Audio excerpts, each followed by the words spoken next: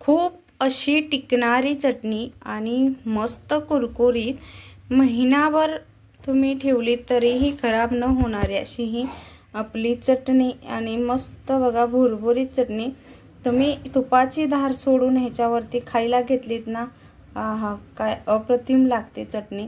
तुम्ही एकदा डोसा उत्तप्पा ह्याच्याबरोबर करून पहा, व्हिडिओ पूर्ण पहा, व्हिडिओ पाहिल्यानंतर चटणी करून पहा, ती खाऊन पहा, तुम्ही नक्की तुम्हाला आवडेल।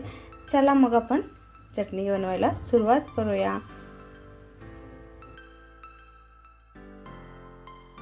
नमस्कार, रेश्मा किचन मध्ये आपलं सर्वांचं मनपूर्वक स्वागत आहे। आज आपण ना महिनाभर टिकणारी खराब न होणारी लवकर अशी एक चटणी पाहणार आहोत। झटपट आपल्या घरी जे अवेलेबल आहे त्याच्यामध्येच होणारी आहे, पण उपयुक्त पण तेवढे आहे, टिकणारी पण तेवढे आहे।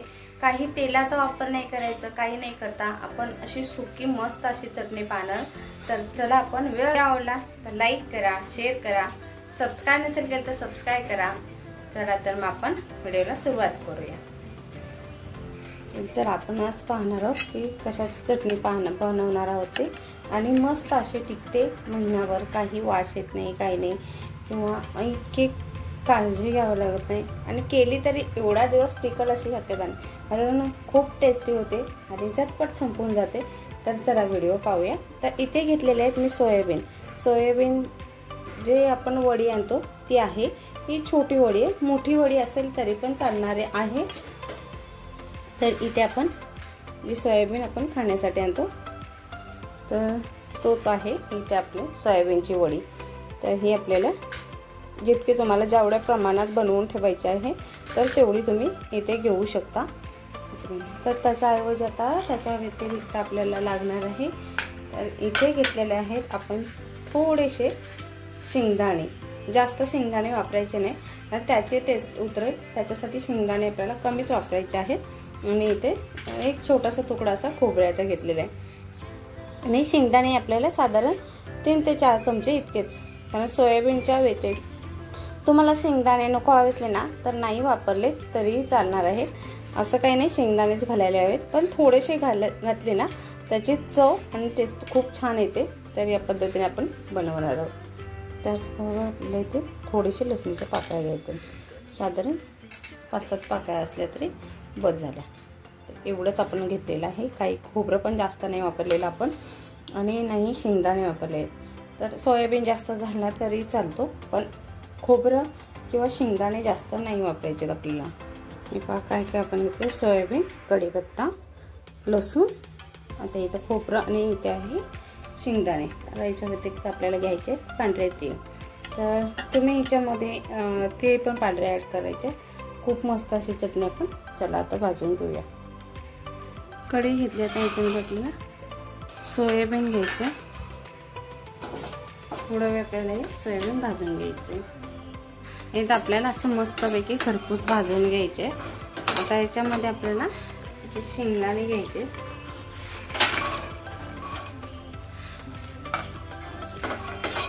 आता हे थोडा वेळ, आणि खोबऱ्याचे जे काप आपण घेतले ते मस्त। कढई गरम झालेली आपली, जे तीळ घेतलेत ना आपण ते नंतर वापरायचे, कारण तीळ आधी वापरले ना तर पूर्ण ते करपून जातील। तर त्याच्यासाठी आपल्याला खूप रस सोयाबीन, शेंगदाणे हे आधी मस्त असे भाजून घ्यायचे। अशी चटणी तुम्ही करून पहा, आणि पण खमंग भाजून घ्यायचे, एवढं लक्षात ठेवायचं। शेंगदाणे आणि खोबरं मेन म्हणजे छान भाजलं पाहिजे, तर तुमची चटणी आहे ना सोयाबीनची छान टिकते, कुठेही खरपूस वास उबट येतो ना आपल्याला, तसं वास येणार नाही चटणीला। तर या पद्धतीने असे भाजायचे आपल्याला।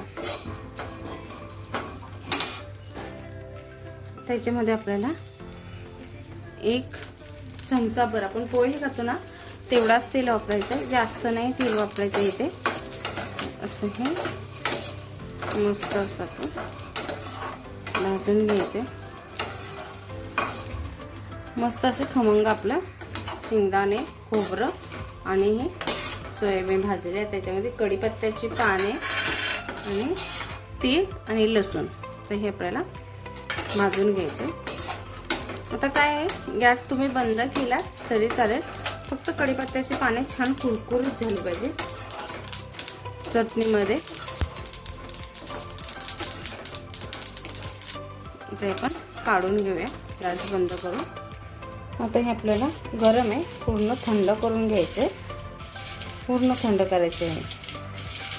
गरम गरम आहे तर तेवढं गरम गरम आपल्याला घ्यायचं नाही, कारण खोबरं लगेच थंड होत नाही.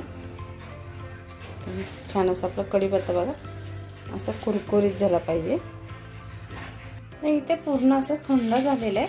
हे पहा, आता हे आपल्याला मिक्सरचं भांडं सुकं घ्यायचं आहे, आपल्याला साठवणीसाठी करायचे किंवा आपल्याला महिनाभर टिकली पाहिजे. ओलं भांडं वापरायचं नाही इथं.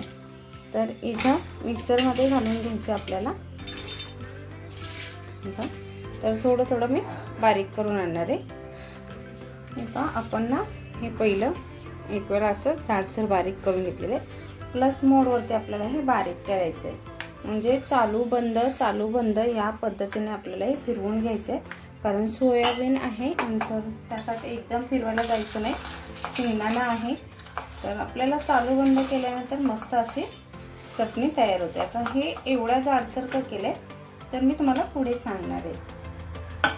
तर हे आपलं राहिलेलं आपण सगळंच घेतलेलं आहे, तर हे पण आपण बारीक करून एवढ्या टाईप आणूया. तो आपण दुसरं पण बघ तसं म्हणजे फिरवून मिक्सरमध्ये. आता हे मिक्स करून घ्यायचं आहे. त्याच्यामध्ये काय आपल्याला घालायचं आहे, चटणी आपण बनवणार आहोत. हे पहिलं मिक्स करून घ्यायचं, कारण पहिल्या ह्याच्यामध्ये खोबऱ्याचे तुकडे सगळे गेले म्हणजे नंतर राहिले सोयाबीनने ते. तर हे छान असं मिक्स करून घ्यायचं. आता ह्याच्यामध्ये आपल्याला ना मीठ घालायचं आहे चवीनुसार. जास्त मीठ घालायचं नाही, सुकी चटणी आहे तर खारट होऊन जाते. तर या प्रमाणामध्ये आपल्याला इथे मीठ वापरायचं आहे. आणि त्याच्यामध्ये आता तुम्ही जर भाजताना तुमच्याकडं तुम्हाला जर लाल मिरची असेल अख्खी तर ती वापरू शकता. तर इथे मी तिखट वापरलं आहे. तिखट तुम्ही प्रमाणामध्ये तुमच्या प्रमाणामध्ये इथे वापरू शकता. तुम्हाला जेवढं तिखट खायचं आहे ना त्या प्रमाणामध्ये इथे तिखट वापरू शकता तुम्ही. तर हे असं मिक्स करून घ्यायचं. हे मिक्स करून घेतलं आपण. ते मिक्स करून घेतलं मी तिखट मीठ. चाखून पाहायची तिखटचं प्रमाण तुम्हाला जितकं हवं तेवढं आणि मिठाचं प्रमाण तुम्ही इथे ऍड करू शकता. आता पुन्हा आपल्याला मिक्सरच्या भांड्यामध्ये घ्यायचे. मस्त अशी सुटसुटीत मिरची आपली चटणी होऊन जाते. आता मिक्सरच्या भांड्यात आपल्याला थोडं थोडं करून आहे ना 2 बॅच मध्ये आपण हे फिरवून घेणार आहोत पुन्हा. ही आपण वाटून आणलेली आणि ही आता पुन्हा दुसरी राहिलेली शिल्लक ती वाटणार आहोत. अशी मोकळी अशी हे बघा, ही वाटलेली बारीक किती आहे आणि ही जाडी आहे, त्यामुळे आपल्याला ही पुन्हा फिरवून आणायची आहे. फिरवून आणली, मस्त अशी आपली चटणी तयार आहे. महिना काय तुम्ही 2 महिने ठेवू शकता. इतकी मस्त अशी चटणी करून तर पहा. 2 महिने काय आपले 1 आठवडाभर सुद्धा राहणार नाही, इतकी सुंदर चटणी होते. फक्त तिखटाचं प्रमाण तुम्ही तुमच्या आवडीनुसार ॲड करू शकता. तर ही मस्त अशी आपली सुटसुटीत चटणी झालेली आहे. आणि गरम अशी चटणी भरून ठेवायची नाही किंवा पाणी असेल अशा भांड्याला अजिबात चटणी ठेवायची नाही. मिक्सरमध्ये पण पाण्याचा थेंब नको किंवा चमचाही वापरताना आपण पाण्याचा असलेला वापरायचा नाही. हे बघा मस्त अशी फोडल्यावरती बघा किती मस्त अशी. तिखट माझ्या हिशोबाने मी वापरलं आहे. तुम्हाला जितकं हवं तितकं तुम्ही इथे तिखट वापरू शकता. मी इथे 1 चमचा छोटा इतकाच तिखट वापरला आहे. ही पहा चटणी आपली तयार आहे. तर ही अशी चटणी आपण आहे ना चांगल्या काचेच्या बरणीमध्ये, सुकी काचेची बरणी घ्यायची आणि त्याच्यामध्ये तुम्ही कशामध्येही भरून ठेवू शकता. छान अशी कोरडी असली पाहिजे, कुठेही पाण्याचा थेंब गेला नाही पाहिजे. मिक्सर असो, चमचा असो किंवा एखादी बरणी असो. हा काय मस्त दिसते आणि खायला पण मस्त, वास पण सुंदर सुटलेला आहे. आपण तीळ वापरलेला आहे, शेंगदाणा वापरला आहे. तर या पद्धतीने चटणी तुम्हीही करून पहा. आणि ही चटणी आहे ना लहान मुलं असो मोठे असो खूप तिखट नाही करायची, मग खूप आवडीने खातात. त्याचप्रमाणे याच्यामध्ये तुपाचं एखादं,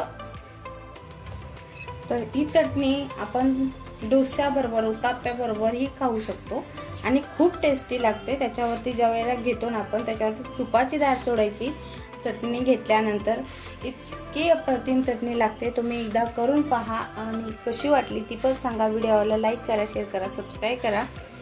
तर पूर्ण व्हिडिओ पाहिल्याबद्दल खूप खूप खूप मनापासून धन्यवाद.